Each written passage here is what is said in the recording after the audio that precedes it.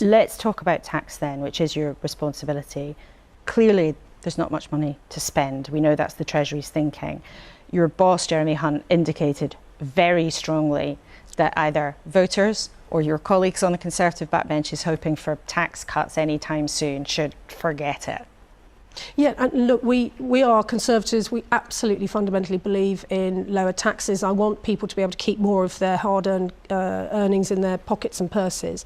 But we are in a situation at the moment where, because we were able to support people so well during the pandemic, in thanks, I have to say, to the hard work of the previous 10 years of Conservative government, of which David was one, because of the hard work that we had over that decade, we were able to support people through the pandemic. And you'll remember schemes such as furlough, we saved millions of jobs. But does that mean that people can forget about any tax cuts before the next election? So we have this money that we have rightly spent, and by the way, Labour wasn't arguing with us spending this money to support people and to support the NHS. We have also spent £94 billion on cost of living support, which is incredibly important. Has made so a real my question is, impact should people forget tax cuts before the next election? So we want to be fiscally responsible. So both the Prime Minister and the Chancellor have said that as soon as we can, we will cut taxes, but we do have to be fiscally responsible about this, which is why we've had to make some very difficult decisions. But I'm asking about the timing of what that might mean, because your boss, Jeremy Hunt, seemed to indicate yesterday very clearly that essentially people could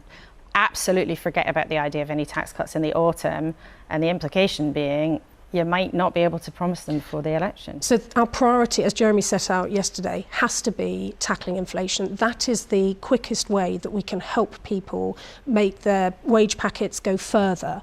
And so this is why the Prime Minister, who was talking about this, by the way, 2 years before anyone else, that's why he's made it his #1 priority out of his 5 priorities. And you've made and that point, but I'm asking you a to, different question. Should people listening this morning, your colleagues on the backbenches, people in government, should they hear from you and from your boss, Jeremy Hunt, that actually, you know what, things are so tough in the economy that tax cuts are simply off the agenda for the foreseeable future?